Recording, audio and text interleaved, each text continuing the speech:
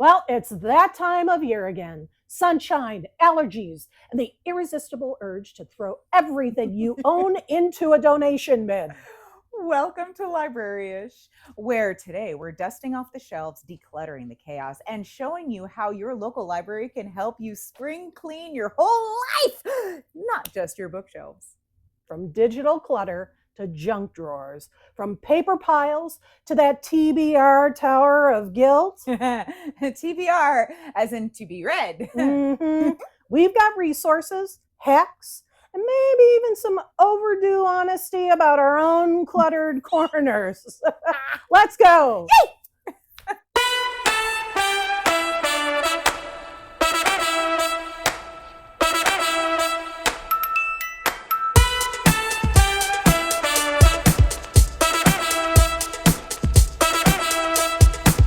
Mhm. Excellent. Cleaning. Spring cleaning. What the heck, man? Oh, yeah. That's a thing. It's a thing some people do. I think a lot of us do, and there's a lot of research that you just did, and that we're talking about today of historically reasons why we do spring cleaning. Because when we were talking about this episode of spring cleaning, my brain's like, spring cleaning, is that actually a thing? I mean, it's and where do libraries fit in that spring thing? But when you actually sit there and look at it, in the springtime, we all do kind of have this sudden urge to reset, to clean up, to organize, and there's reasons why, like back in the Victorian age when everything was heated with coal, although a wonderful resource that we used in abundance back then. I mean, it was very important. I mean, there's coal is still accessible and used by many people today. Yes, there's clean coal, everything else. It's just we have multiple sources of energy at this point. It's not the only thing going. And historically, when you would use coal, it would leave this film. Oh yeah, on the wall. This really icky, nasty film. So during wintertime, soot. Yes, it's very sooty. Yes. So during wintertime, when you can't see and it's dark and you guys are kind of huddled together, you don't notice this film. Yeah. But once the sun comes out and you lift up the blinds, then it's really there. Absolutely. So, it becomes much more obvious. And certainly in a Western context, that's one of the reasons why it became sort of a social thing, the spring cleaning thing, the spring reset. But the fact is, many cultures going back thousands of years have always sort of put spring in the forefront of doing a reset, whether it's the Jewish community during Passover time, Christians during Lent, or even Persian cultures during Nowruz. You do have this thing that at this time of year, we're going to completely reset. We're going to out with the old, in with the new, and brighten everything up. And there is scientific reasons for this too, because the sun is out. It sort of reinvigorates us with vitamin D. We're just like humans are mammals, and many mammals hibernate. We're sort of also emerging from a bit of a hibernation, and it's kind of like, let's nest. Let's get everything going for the rest of the year. Well, and the sun, because the sun is out so much more and we get to feel it so much more, it produces more serotonin in our brains, which is the feel good chemical. If you don't know what it is, you've got enough, congratulations. Good for you. I know there's a comedian on Netflix that does this whole bit about her depression and everything. And she's like, tell you what, if you don't know what serotonin is, you've got enough. Good for you. Yeah. Congratulations. Oh my goodness, she's funny. Anyway. Oh, fair, man. So anytime I talk to someone and they're like, serotonin, what's it? I'm like, oh, good for you. Anyway, sorry. So true though. We're pausing on that for a moment because we're all absorbing that and going, yeah. Yeah. But with the sun coming out, it produces more serotonin. So you feel better. You feel more energized. And at the same time, it also helps your body regulate its sleep. Oddly enough, you can get not more sleep, but better sleep during the summertime because of that vitamin D. So you're well rested. You've got the serotonin from the sun and you're ready to get your hands dirty. Absolutely. organizing and cleaning your living That's area. right. Because when it's darker most of the time, your body just doesn't know when to go to sleep, when to wake up. The cloud cover affects all that. Your circadian rhythm gets completely off. Right. So during the spring, that sun is coming up. It resets your sleep cycle completely, so that you do feel more energized. You are getting better rest, and it manifests in this desire to sort of clean stuff up. Right. You see the stuff that you were sort of like shrugging off all winter and go, oh no, we can't have that. Well, and Absolutely. winter depression is a thing. Completely people get seasonal. depressed. Yeah, seasonal depression is real. So sure. Once the sun comes up and you feel a little better, you feel like, acting a little better. And a lot of times when you're reorganizing yourself, when you're improving yourself, a big step of it is reorganizing your outside. Cleaning it, organizing it, moving things around a bit. This is the time when a lot of people move furniture around their house, when a lot of people reorganize their bookshelves, you know? Yeah, and we do it here. We are not exempt. We do it here too. It's a time of rebirth. It's a time of new beginnings. It's when you're planting the new crop for the year. It's when it translates over from that sort of symbolically into the outside is renewing, the flowers, the trees are coming back. The inside also sort of needs renewing. You kind of feel that vibe. Yeah. For sure. But once the spring gets here, we're like, I'm good. I'm warm. I'm ready to organize my life. There was actually in that research that I did, there's a behavioral scientist whose name was Katie Milkman. And she coined this term temporal landmarks theory. The theory suggests that new beginnings like spring help us mentally separate from our past selves, make it easier to motivate change and set goals, start new routines. So really, that New Year's Eve resolution that is sort of a cultural thing is sort of a misnomer. We're actually more apt to set a goal and follow through if we set these goals in spring instead. Yeah. So there's research behind that too. It's very interesting. That's a lovely thing. I'm not even going to do New Year's resolutions anymore. I'm going to do springtime resolutions. I'm with you. I think it's a good thing. It's a good thing. But yeah, so what are some of the library resources that can help? I mean, we have a ton. Yeah. I'm going to answer my own question. We have a ton. We do, though. We've got a lot.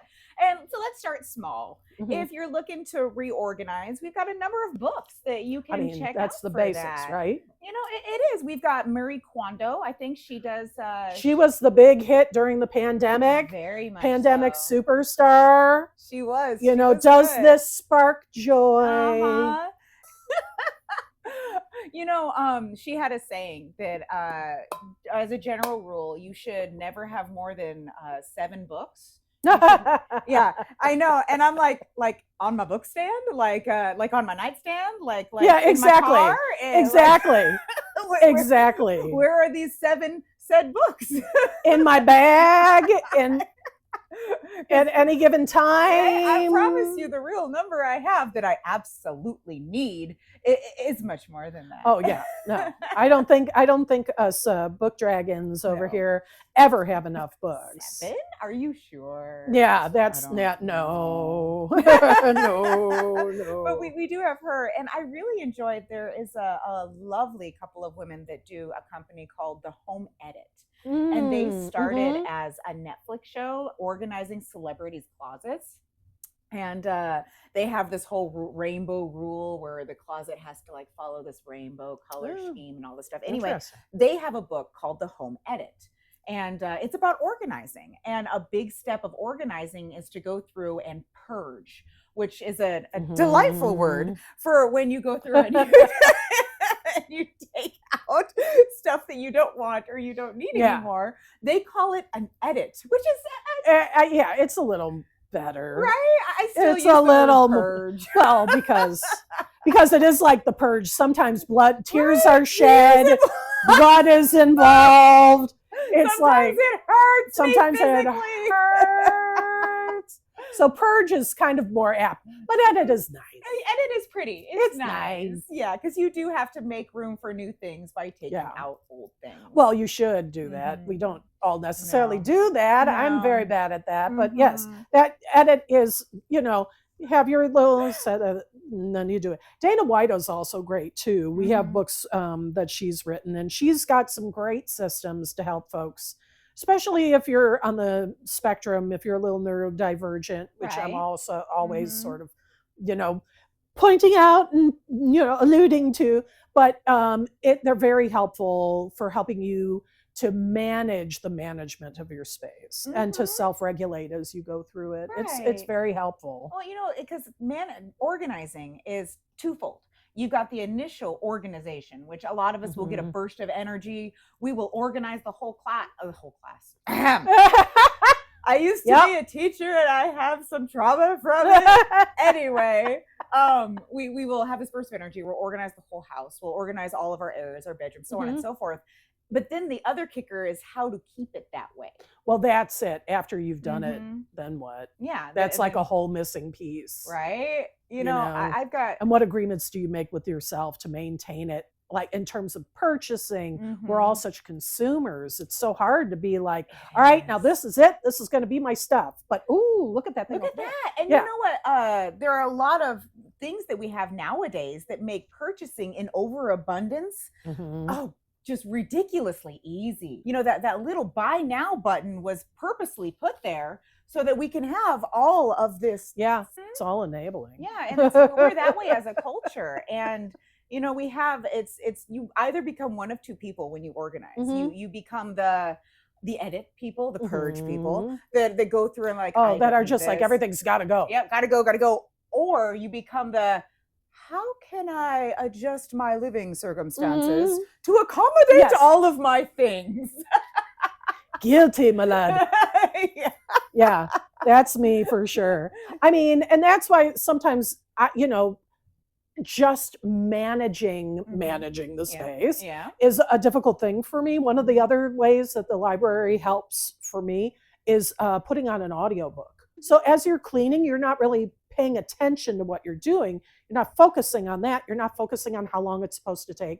What are the steps? All the things that you can get hung up on, you're focusing on listening to your audio book. And it makes it go and Libby, faster. You could do that with your phone using Libby. It's so easy. And it's fun if you do a lot of gardening, or this is the time, because springtime is for gardening too. A lot of people 100%. Their gardens. Our Library of Things has gardening tools. It's got shovels. Oh my gosh, yes. And the power washer, which is one of our most I know we keep talking about that one. But it's like a favorite, for everybody, because it's so cool. But the fact is, like, that's there. Talk about the, all of these things, and the gardening tools and the shovels and all for spring cleaning. Like it's all just there. Bring them back. Yeah, just please bring them back. And it's all just in Orville. Just please. So somebody else can also. That's very helpful. This only works when we're all on the same page. Please bring them back. That's right. And in an age where, like, there was just that whole thing with Amazon where they were like, okay, folks, legit, you don't own the digital content that's on your devices. No, you don't. So if you're looking to download something because you're looking to move off of Kindle and expand your device range and use the things you bought on Amazon on these others, you better download. So that deadline has passed. Yeah. So maybe you have some digital clutter and you're looking to downsize your digital life, or you're looking to disengage yourself from Audible, from Amazon ebooks and things like that, by using Libby, by using Hoopla, by using Palace and these other digital platforms that we offer books on. You can actually declutter your digital life and be able to not have to worry about managing that entire library of items that you have, and be able to use your books on more than just Kindle, because you can read on your PC, that you could read on different things, and you don't have to worry about that.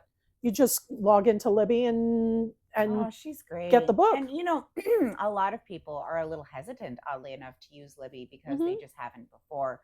And Palace too. And Palace as well. Now, we all use these apps. every single employee at every single branch, Yeah. and we are more than happy to show you. It's easy. Yeah, it's so easy. And we're happy to show you. I mean, it's okay if it's not easy to you, because we're going to show you and make it easy. Absolutely. And if you feel you'd like a little more one-on-one attention with using the platform, you can always sign up for our Access to Technology program that is available through our website. And you will, once you sign up and you go through the process, you'll have access to one-on-one counseling sessions where people will help you with email, will help you with Libby, will help you with those things that you want to do but may not feel that have the confidence, and you feel like just a brief sort of going over and helping you download might not be enough. You'd like a little slower walkthrough. Yeah. That's absolutely, the Access to Technology team can provide that so easily. There's always something that everybody doesn't know.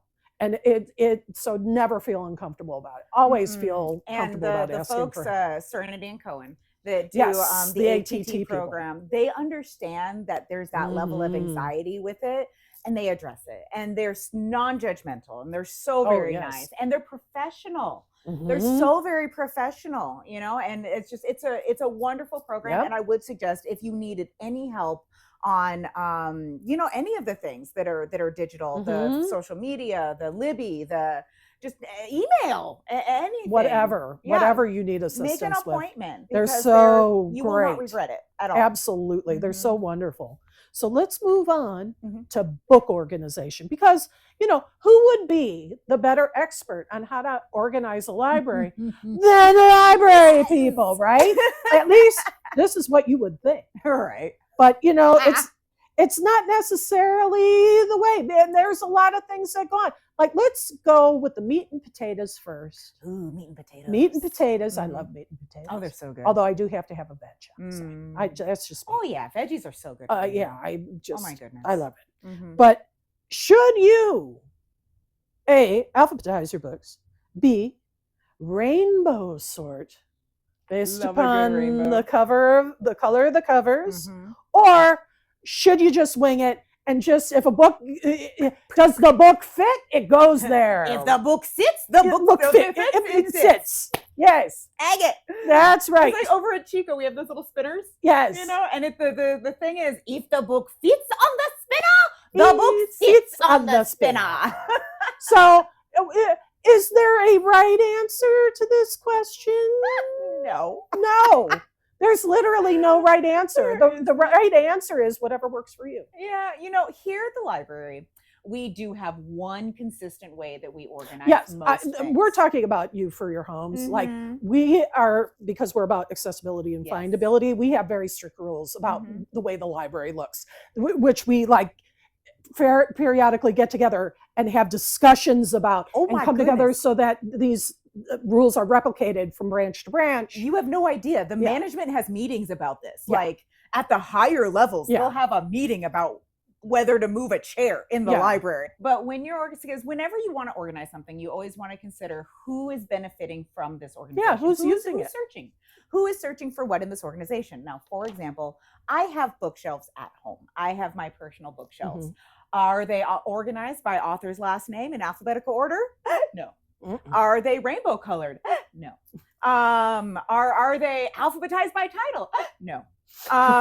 They are organized in order of which they are favored by me. I love that. You know, I mean, I have them as first genre, where I have contemporaries over here, I have fantasies over there, I have my mysteries over here, I have my YA over there. And within those, I like this one best, that one second, this one third. Oh, and then it goes down the line, you know? And if I really hated a book, it goes on the very bottom, you know, where no one can see it until I take it and donate it to the library. But, you know, if it doesn't get thrown out the window first. It just depends. But that's how they're organized. So I can find them because I remember, you know. Yeah, because that's how your brain works. So if you were to go in there and look for something specific, you'd be completely lost. Yeah, 100%. Absolutely. I think it's very much the same for me. I do have sort of genres together. And the items that I am most likely to reach for again, because I have two kinds of books in my collection. I have the TBR books, the to be read books that are there and that are waiting for me to come. They're books that some of them are books that I have no reference point for, but I just thought I'd like. Some are those like I've heard about this book, it's on deck, waiting to be read. I like how you refer to that. It's on deck. It's on deck. It's waiting to be read. But then I have books that I've read multiple times. And so those, the ones that just are comfort books and they're not going anywhere. I'm never getting rid of them. They're there.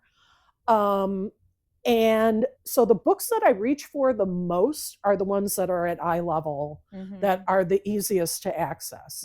And then it sort of goes off from there.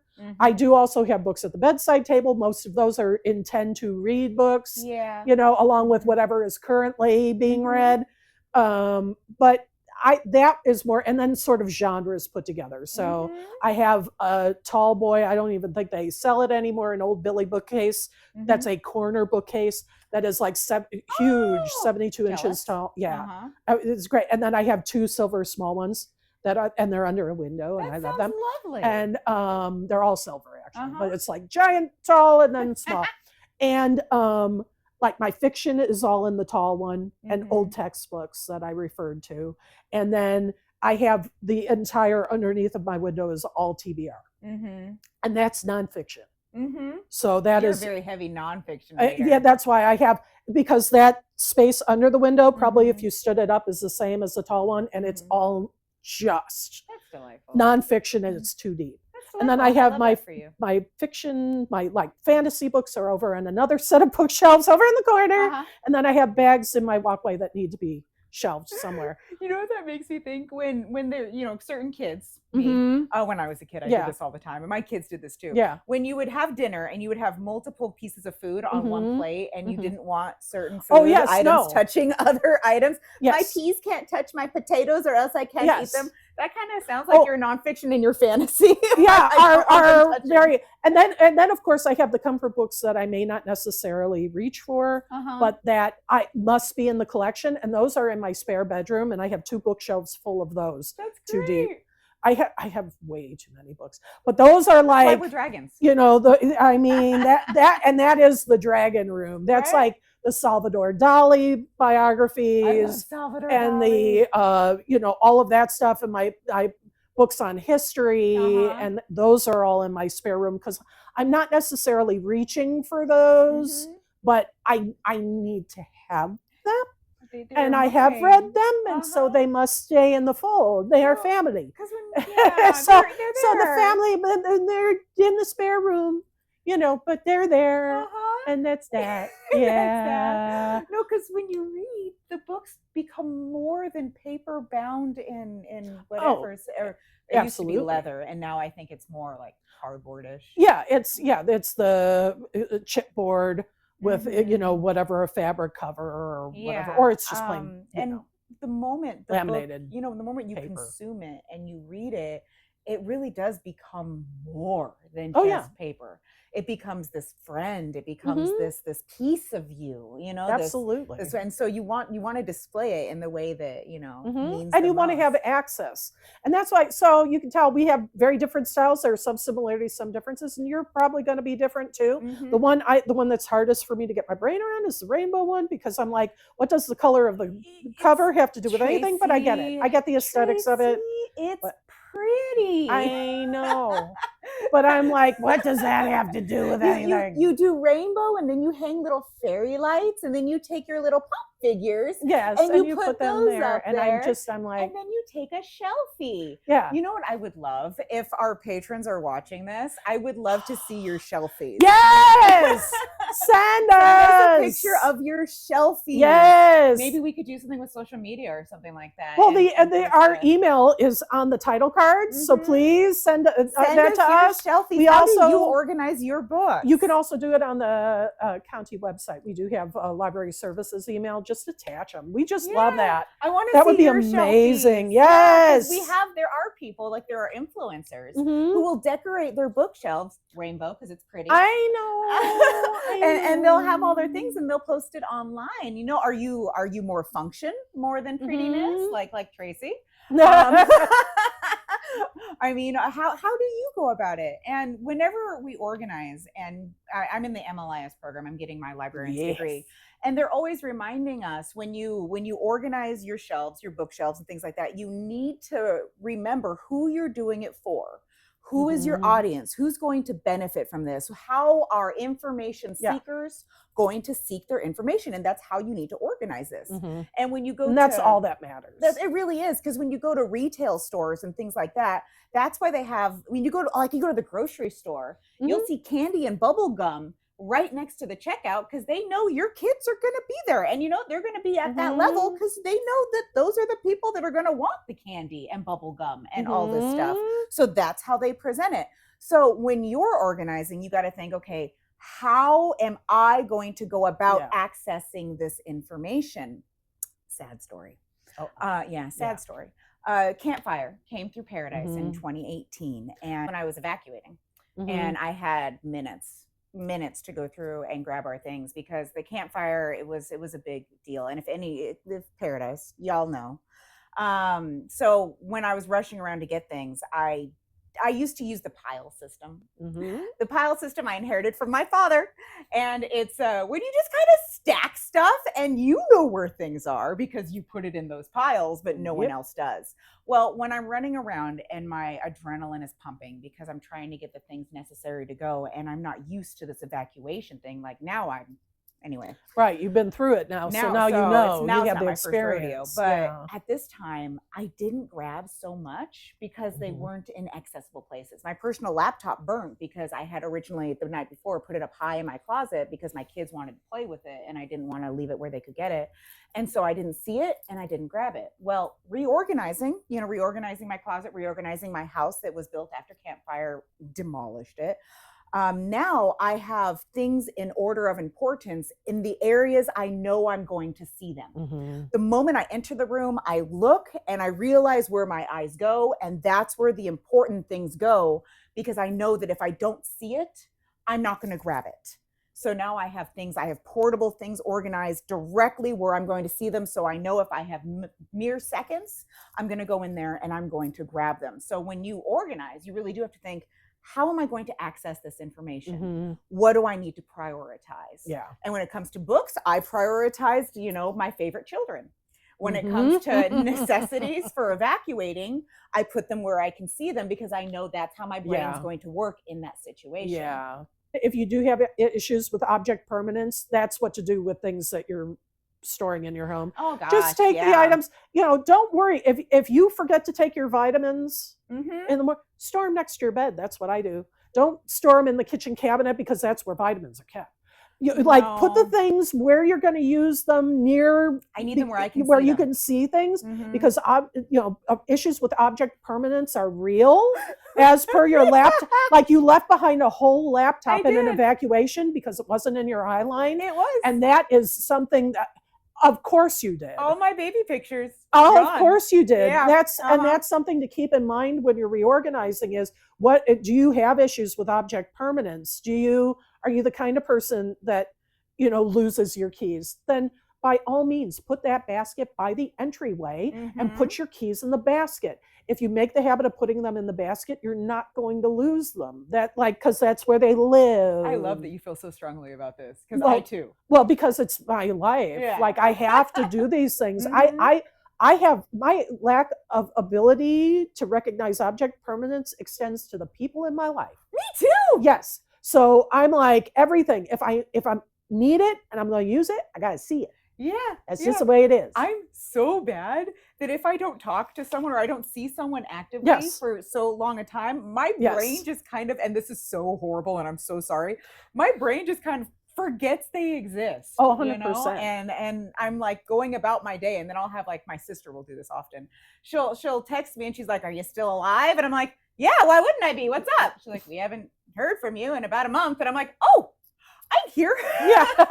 Oopsie. Whoops. Yeah. Other people exist. 100%. It's just, that's the way it is. When you're reorganizing, don't try to be someone else. be yourself. Mhm. Organize for you. Organize for Yeah. how you and your family use things. Mhm. Don't feel like you have to use some system and follow that system verbatim because that system is going to work. You have to No. remember you're a human being and you're a participant in that. Who is the searcher? Yeah. You are the searcher. The system itself needs to serve the Yes. needs of the searcher. And that's you. And you're a wonderful, unique person and have wonderful, unique needs. Yes. And not, systems by the home edit, the rainbow system, the Mary Kondo system, Right. what brings you joy. Those, they might not work for you. They might semi work for you. Yeah, you can take pieces of it. Yeah, and if you it can works, pick and choose. absolutely. If That's some of very it picky. resonates, Mhm. then you make your own system. Mhm, 'cause Absolutely. you're the searcher. But Donations. yes. So the library thrives off of Mhm. donations. Anytime you're organizing and you have to purge, you have Mhm. to edit, we would love your books, the good quality ones. Yes. Yes, it's always upsetting to get a book donation, Mhm. open it up and find friends. Yes. They're so icky. And it's always upsetting to open a book for donations and Mhm. find that the pages are falling out. And it's Yeah. upsetting to get a book from donations and find that someone donated us a book covered in mold. Right. And I mean, we know that when you are going through, like if it's a situation where it's a loved one that is no longer with us, and you're going through their things, and they had a certain amount of pride in their collection of items, but their items may not have been stored in the most constructive way. They may have been stored in an attic, in a garage, in a basement. And while those items may be precious to you personally, uh, and maybe even like you feel they have a certain amount of value, perhaps historical value or whatever, as a library, we take donations based upon primarily what we can give to our Friends of the Library groups, which are those are nonprofit organizations that run book sales, and then those funds go to help programming for the library. We'll be doing a deeper dive on those organizations They're at so some point in great. the future. They're very important, very fundamental to helping fund programs and events that occur in the library. But those items that we give to the Friends must be resaleable. We do not we do not serve the function of an archive. So we don't take books that, like encyclopedias, we do not take books that are of archival importance, that may have some historical importance but aren't necessarily relevant to the community. We don't have the space to be able to process and give those books the care and the space that they deserve. So we don't take them.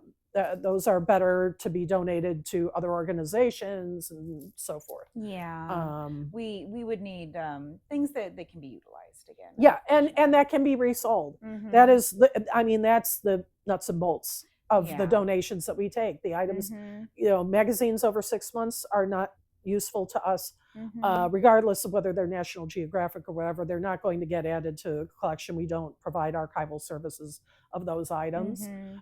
Apart from the Chico Library, we do not take textbooks, and even Mhm. there, if the textbooks are too old or Bad they may not, condition. or in bad, and nothing, we take nothing, whether it's a popular novel or whatever. If it's in poor condition, hasn't been stored in well, if it has water damage, if it's musty, if it's moldy, we can't take it because we can't resell it. Because if it's something that you wouldn't want in your collection, other people probably won't want it either. Yeah. So, and here's the really sad story. So after Campfire, a lot of us, the whole town of Paradise, we were displaced from our homes. We literally had what we had time to grab. Yeah. And in many cases, it was literally seconds. A lot of people weren't even at their homes for this fire. It was intense. And we survived off of donations from very kind people who wanted to help us out. Well, every so often you'd get clothing donations for the kids and everything, and you'd be going through them, and they were full of holes. They were full of stains. They were ripped. They were clothing that should have been either repaired or thrown away, but they were donated because people wanted to get rid of them. They were going through their things and they were purging. Well, as someone that just lost everything, to be going through the kindness, the generosity of strangers and everything, which we are grateful for, but to find things that are just stained and ripped and, you know, and otherwise very poor quality, it really doesn't help as much as you would think. You know, it kind of taking us from an already very, very depressed situation, in a vulnerable situation, and taking us a little lower, honestly. Yeah. And it's almost as though, you know, you already feel like the universe has dealt you this blow, and then it's like, and this is all you deserve to keep you going in the meantime. You get it's very, that has to be very so, you know, difficult. when I purge, I edit. I guess that's the funny one. When I go semantics. When I go through and I take things out, if I'm donating it to another person, I make sure that it's in good quality, that it's something that I wouldn't mind myself or my children using. If for whatever reason it's got a stain, it's got a rip, it's got a hole, it's got, you know, something in it that just didn't, you know, fare well, then I will either try to repair it, or I will go to, there's companies that you can send these things to that they will repair it and then donate it. Yep. Or they'll take it and they'll deconstruct it and use it for other purposes, so it doesn't wind up in landfills. That's absolutely a thing now that you can, and that's so clothing and so forth that donation places won't take. Underwear, old socks, clothes with holes, clothes that are dirty that won't clean anymore, or that you've cleaned holes into them. For that there is the basura. For that, there is the trash. Well, but there's also these organizations. That's what they take. Yeah. So they take these clothes, you put them in a bag. They give you a shipping label that you print out yourself. You mail them that bag, and usually what they'll do is they'll give you a credit to purchase clothing through a retailer that they have a partnership with. And there are a few organizations that do this. It's something that you could easily Google, and or come into the library and we can help you. And you are able to donate those clothes that you wouldn't be able to donate to your local thrift shop. And you're able to get them out of your space, but they'll be used, and you're not putting someone that's in a vulnerable position into a headspace that might not be the most constructive for them when they're going through something that's very difficult. Yeah, it wasn't a fun time. No, it was not fun. No, that has to be hard. You know, that's, and honestly, when it comes to that stuff that would either go to the landfill, the basura, the opala, you can also take it and reconstruct it yourself. You know, if you need rags, cut up those shirts to make rags. You know, just like with books, you know, cut them up, make crafts. You know, you can absolutely, you can use things for decor, make wreaths or whatever. Like just because something is damaged doesn't mean it can't have a second life. A lot of people are taking, like, you take old jeans and you make a handbag out of it, or you can make a shopping bag for doing grocery shopping.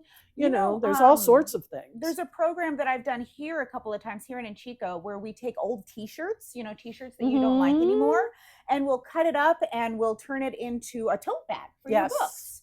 You know, you can always do this repurposing thing where you can utilize your items, give them another life. In the library, I'm such a hoarder.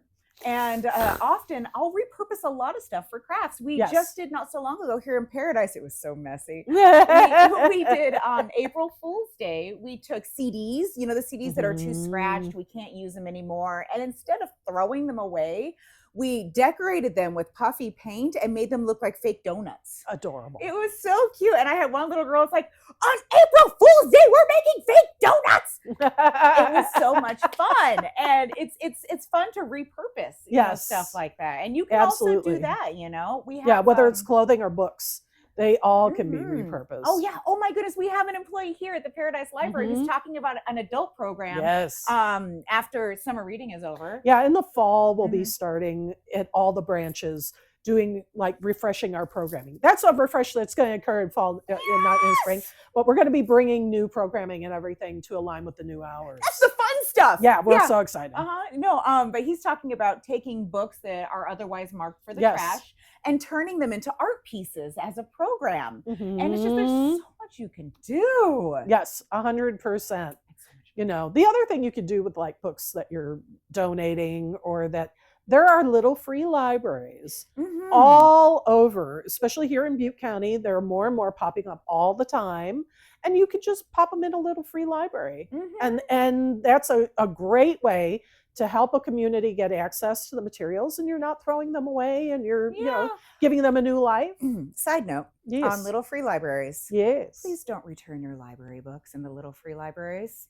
They Oh, won't yeah. come back to us. No, No, they're we don't not monitor affiliated those. with us. No, they're You know, not. so So don't. yeah, please don't. Yeah, don't do Don't that. do that. That's bad. Another thing I'd like to caution people about, because there's the digital decluttering and everything.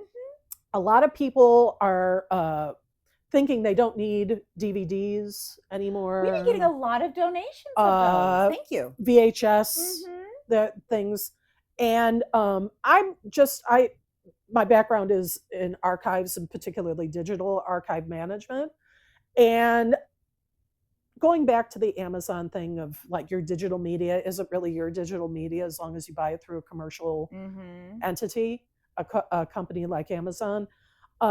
If you have movies that you love, consider, and this is sort of the antithetical to the decluttering conversation, but do consider hanging on to your hard copies of movies and things like that you love.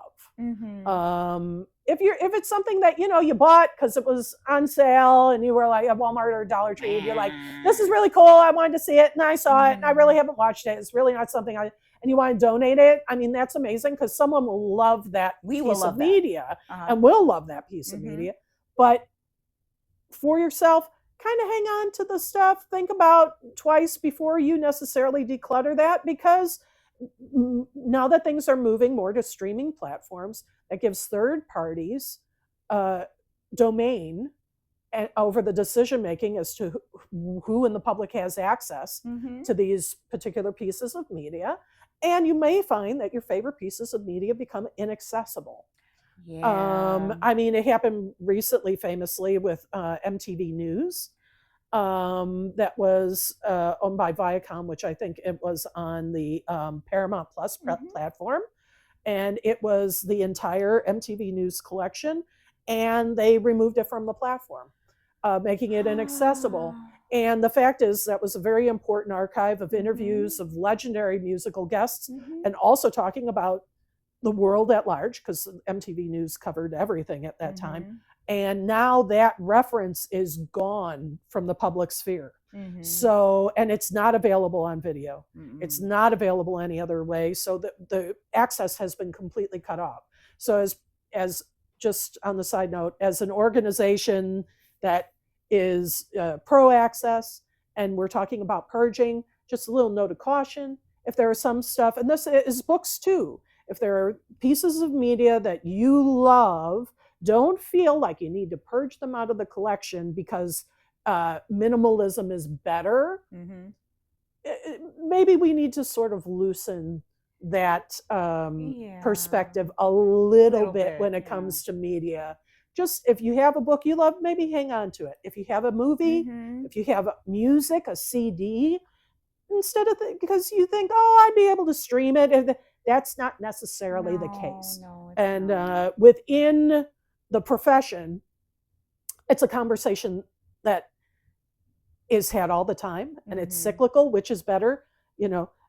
Digital media, analog media, digital media, hard copies, digital media. And honestly, there is no answer. There isn't at all. Because space, time, platform, all of these things factor in. And the best way to make sure that in the end, the final analysis is the best way to make sure that you have access to the things you want to have access to is to make sure you have access to them. Make sure, hang on to those hard copies. Whether you're cleaning out your car, your closet, or your cranium, your local library has a book, resource, or friendly face to help.